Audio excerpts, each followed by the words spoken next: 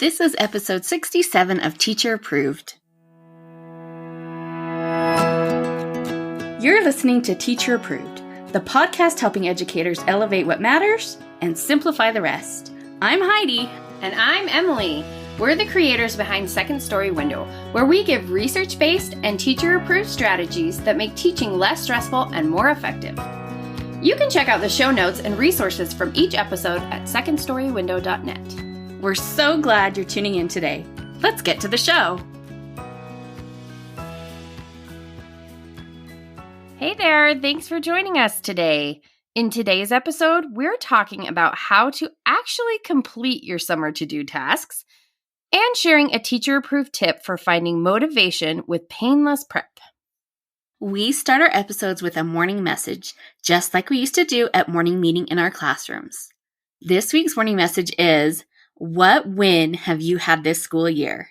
Emily, we're in a little bit of a different boat, but what wins have you had this year? Well, we've been diving into learning as much as we can about the science of reading this year, which has been a fun adventure, and I would definitely call that a win. Yes, definitely. That has been a good win for us. How about you, Heidi? I am finally finished with the 4th grade morning work, which has taken me almost a full year. It's like you birthed a baby. Kind of, yeah. With lots of sharp edges. And hats off to all of you 4th grade teachers. That curriculum is no joke. It's very dense. But the morning work came out so good and it's done. It's done. Huge win. We also have some awesome wins from our community. Maggie said, finally putting my physical and mental health first. I've worked hard to create new boundaries between work and home, focused on my nutrition and exercise, and created more efficient routines to make teaching sustainable. Wow, way to go, Maggie. We need to be taking a course from her. Yeah. Robin said, I am taking the letters training and I am very excited about it. I have learned a lot and already implementing many changes in my reading instruction. Yay, go Robin. Sarah said, I taught 20 kindergarten kids to read. They can read words with blends, digraphs, long vowels, and 2 syllables. Yay for SOR. Teresa said, led successful one book, one school program that encouraged students to read, create projects, and love reading. It also had community connections and outreach. Parents and students are still talking about it and reading the sequels to our book. And so I had to follow up and ask. The book they read was The Wild Robot by Peter Brown, which is a really good book. That is an awesome program. Way to go, Teresa. I know. Shannon said, I've been dabbling in building thinking classrooms with my math intervention students. And it's been so much fun to watch them actually thinking and grappling with problems rather than just mimicking what I've taught them to do. Yep, way to go, Shannon. That's a good book. So it's a really good book. Yeah. And last but certainly not least, Masha said, one of my more challenging students asked me one day to eat lunch with him. Oh, it's a big win. I love it. That's so sweet. We'd love to hear about your wins, so please come share them over in our teacher-approved Facebook group. It's time for the resource of the week, our word sort visual instructions. Whenever possible, we like to use visual instructions to help our students keep track of the directions when doing an activity. We found that using visual instructions was especially helpful when asking students to do different types of word sorts. The word sort visual instructions resource includes no prep visual sorting instructions for 16 different types of word sorting activities, like buddy sort and speed sort and lots of other fun ones. Each poster comes in full page, half page, and quarter page sizes. And pro tip, these look so good printed on Astro Bright paper. Yeah, they do. And we even have an editable version that lets you create your own sort instructions too. You can find a link to the word sort visual instructions at the link in our show notes. If you joined us a couple weeks ago, we talked about your summer to-do list. As a teacher, your to-do list might be sit by the pool every day till September. And if that is the case, we are cheering you on. Yeah, just don't forget the sunscreen if you're going to do that. But most likely, though, some of your summertime also needs to be back to school prep time. But if we're going to sacrifice pool time for unpaid work time, we want to make sure we're getting the biggest bang for our buck. Yeah, don't waste those precious summer hours randomly hacking at your to-do list. Instead, take the time to identify the tasks that will have the best outcome for you and your students. In episode 64, we shared 3 important lists that will help you zero in on the most important tasks. Yes, so to refresh your memory, we've got a to-do list, which is a list of your wins from the year. Been talking about those wins, let's celebrate them. These are things that went well and you want to make sure to repeat. Your fix-it list is the list of struggles from the year. We take the things we want to repeat and the things we want to fix and use them to make our to-do list. After making 3 lists, your to-do list might be getting a little lengthy, but that's okay. The episode walks you through how to prioritize your tasks so you can put your energy where it has the biggest impact. We break it down in way more detail in episode 64, so make sure to go back and listen if you missed that one. Once you have prioritized your to-do list, it's time to make a plan for when to work on it. In episode 65, we talked about how to make room for both recovery and readiness in your summer plans. Recovery is vital because we're just setting ourselves up for trouble if we start the new year as burned out as we are at the start of summer.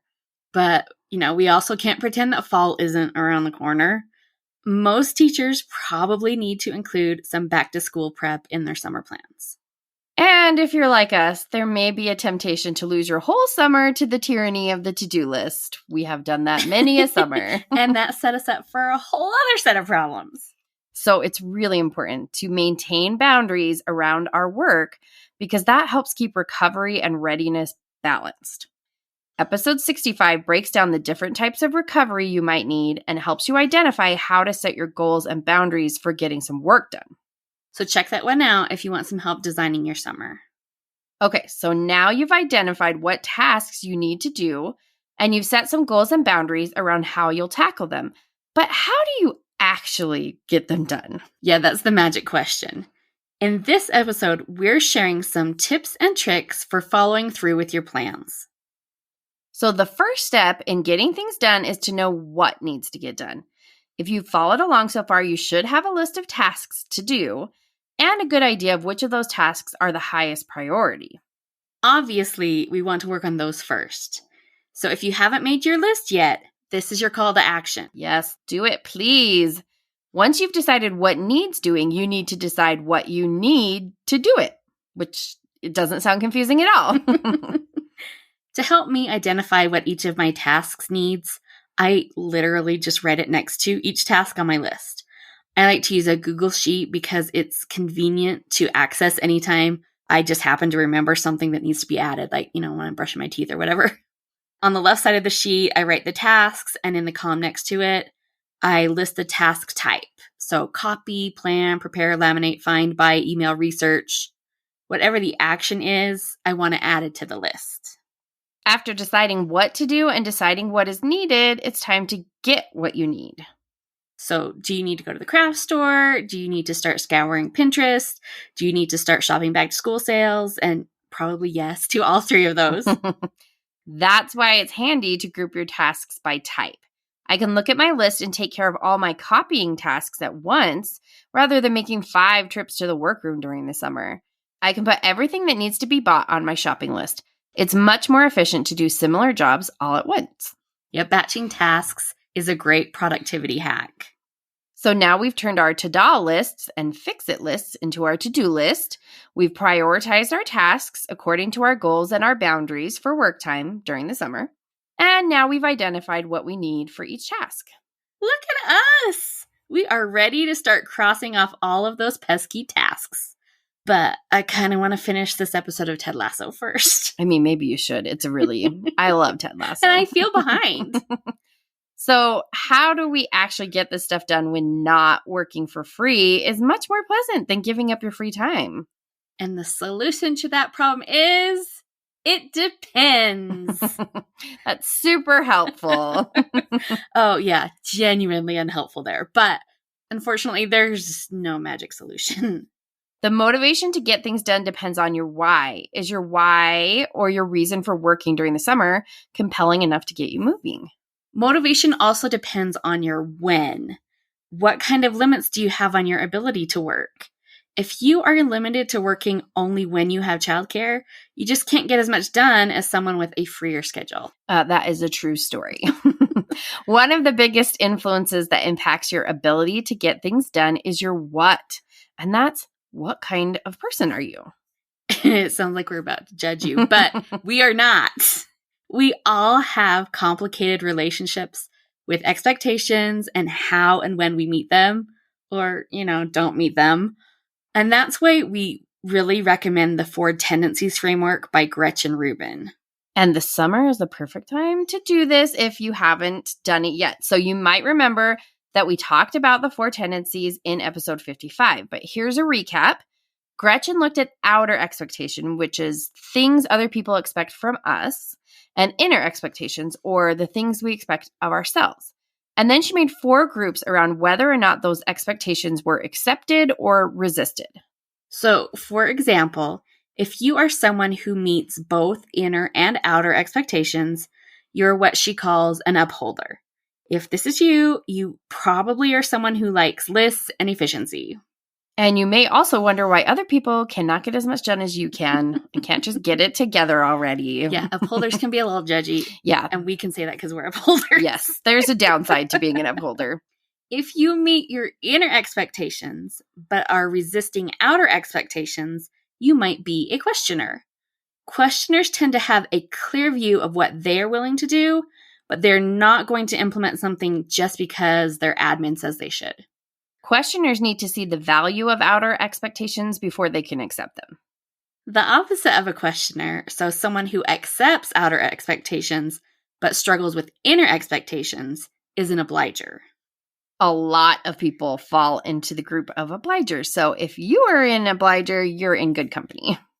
Obligers do great when there is a deadline or when someone is counting on them to fulfill a responsibility, but they likely struggle to meet their own expectations. Every tendency struggles with meeting inner expectations to some degree. Being an upholder isn't just a magic ticket that you will never, ever have any problems getting anything done, unfortunately. But it is really pronounced for obligers. If you're someone who has no trouble getting things done for someone else, but doesn't get the same things done for yourself, then you really might be an obliger. And then we have the rebels. Rebels are people who resist all expectations. The expectations other people have for them, and the expectations they even have for themselves. Hey there, teacher friend. Do you have a question or concern that could use a teacher-proof solution? We'd love to help you out by answering your question here on the podcast. You can submit your questions to hello@secondstorywindow.net and put podcast question in your subject line. We can't wait to hear what's on your mind. When it comes to tackling your back-to-school tasks, your tendency matters.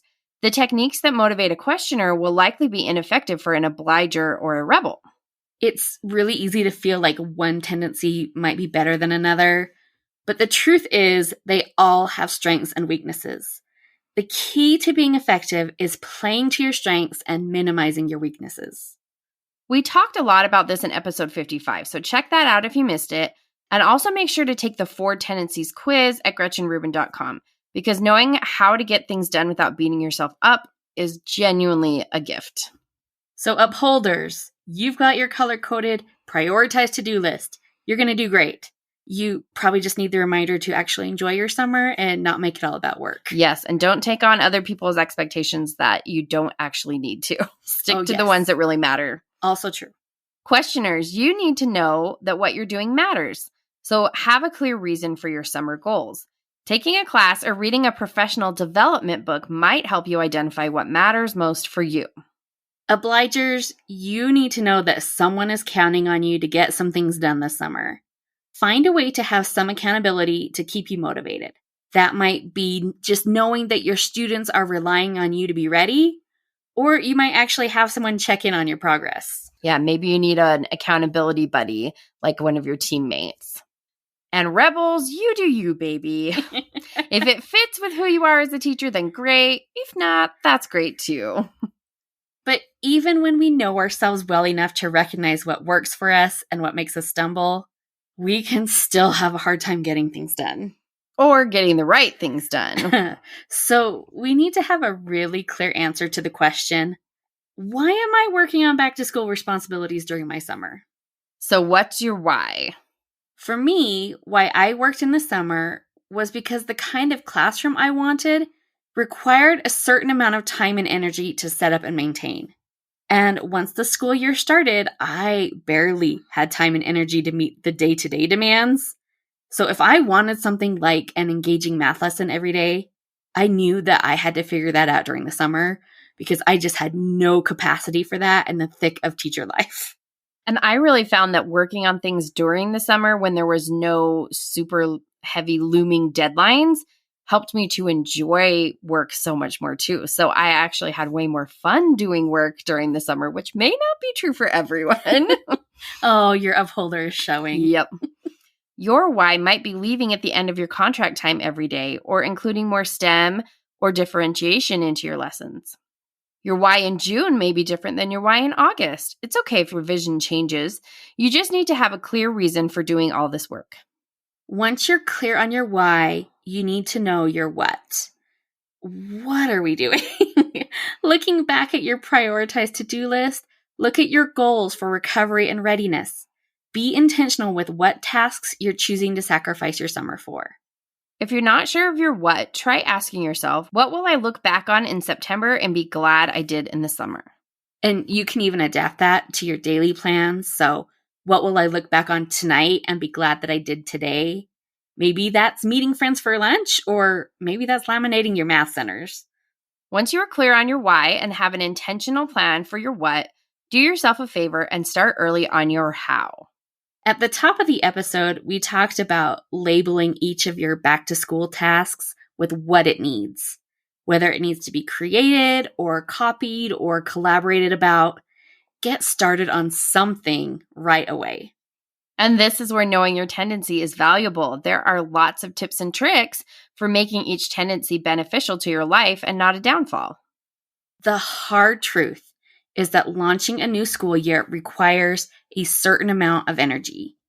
You can intentionally expend that energy now through planning and preparing, or you can have it drained from you one frantic minute at a time in the fall. Value your health and happiness enough to put some effort into shaping the kind of work-life balance you deserve. The gift of summer break is that it gives us space. We get a moment to catch our breaths and reflect on what's working and what's not. In that pause, we can figure out how to make our efforts better align with our vision for the kind of life that we want. And we do that by getting clear on our why, being intentional with our what, and starting early on our how. We'd love to hear your plan for completing your summer to-do tasks. Come join the conversation in our Teacher Approved Facebook group. Now let's talk about this week's Teacher Approved tip. Each week we leave you with a small actionable tip that you can apply in your classroom today. This week's Teacher Approved tip is use painless prep to motivate yourself. What can you tell us about this, Heidi? Well, one of the reasons that people put off planning ahead is overwhelm. There's this fear that if I open the door to dealing with back to school prep, I am going to be swallowed by the avalanche of 800 tasks. So that means I cannot even think about back to school on any level. But putting off the work doesn't help us in the long run. We just end up even more overwhelmed later when we can't hold that door shut any longer. So if overwhelm is something you battle, we are going to combat that by focusing on painless prep. And this is just my personal definition. So I define painless prep as tasks that are not tied to a deadline because deadlines are not painless. Painless prep can also be tasks that you can do comfortably at home. So, if I can do it on the couch, it doesn't feel quite so grueling. Some tasks that might be painless are updating my plan for student birthdays, planning theme days for the end of the next school year, prepping whatever craftivities I need in the hallway during parent conferences, to impress parents, making a list of things to put in my field trip or lockdown kits, tweaking my curriculum map, making templates for a year's worth of class newsletters, or rounding up resources that can go in my emergency subplans. These are all things that are useful but maybe aren't vital. And I can hear you saying, Heidi, you and Emily just spent a whole episode talking about making sure we're focused on what's vital. And you were not wrong, my friend. But the antidote to overwhelm isn't to do everything, it's to do one thing. When we're overwhelmed, it's because we don't have a clear next step. And we solve that by completing something small and painless. Once we've done that, it makes it easier to take another step. Action drives motivation. Motivation doesn't drive action. So if you are looking to combat overwhelm, or even just looking to drum up some motivation to do any work, start by focusing on a small task of painless prep. To wrap up the show, we are sharing what we're giving extra credit to this week. Emily, what gets your extra credit this week? I'm giving extra credit to the movie Tetris on Apple TV. It's based on the true story of the race to license the game Tetris, which does not sound exactly like a compelling story, I know. But the story involves so many interesting twists and turns, including dangerous secret meetings in the Soviet Union. Seriously. It stars Taron Egerton, and he really humanizes the whole corporate story. I found this movie to just be completely captivating, and it made me want to play Tetris. So I think it's worth a watch. Knowing it had this exotic backstory makes me sad that I've never valued Tetris as right? much as I should have a whole new appreciation for Tetris. What about you, Heidi? So my extra credit also goes to a show. This is the show Rainn Wilson and the Geography of Bliss on Peacock. I was working on some answer keys and I needed just something fun in the background. So I put this on and I did not have very high expectations of this show. So Rainn Wilson, or Dwight from The Office as you may know him, travels around the world investigating happiness. And I just kind of figured it would be just a general travel show. But it turned out it's really insightful. He starts in Iceland, which is a country known for a high level of happiness, and then travels to a country with a lower level of happiness to compare attitudes and ideas there. Then he goes to a country with a low level of happiness, but a high level of optimism, and considers how hope affects happiness. It's really engaging and interesting, and it's given me a lot to think about. I will say that you do see Rainn Wilson's naked behind in one episode. So okay. If that is a deal breaker for you, just know that ahead of time. And if that is a deal breaker, I kind of think Rainn would probably agree. So it's fine. That's it for today's episode. Get things done this summer by getting clearer on your why, being intentional with your what, and starting early on your how. And don't forget our teacher-approved tip to boost your motivation with some painless prep. If you enjoyed this episode, we would love if you shared it with a teacher friend who might enjoy it as well. It's the best way to help our show reach new listeners. And be sure to check out our show notes for links to anything we mentioned in this episode. We hope you enjoyed this episode of Teacher Approved. I'm Heidi. And I'm Emily. Thank you for listening. Be sure to follow or subscribe in your podcast app so that you never miss an episode. You can connect with us and other teachers in the Teacher Approved Facebook group. We'll see you here next week. Bye for now. Bye.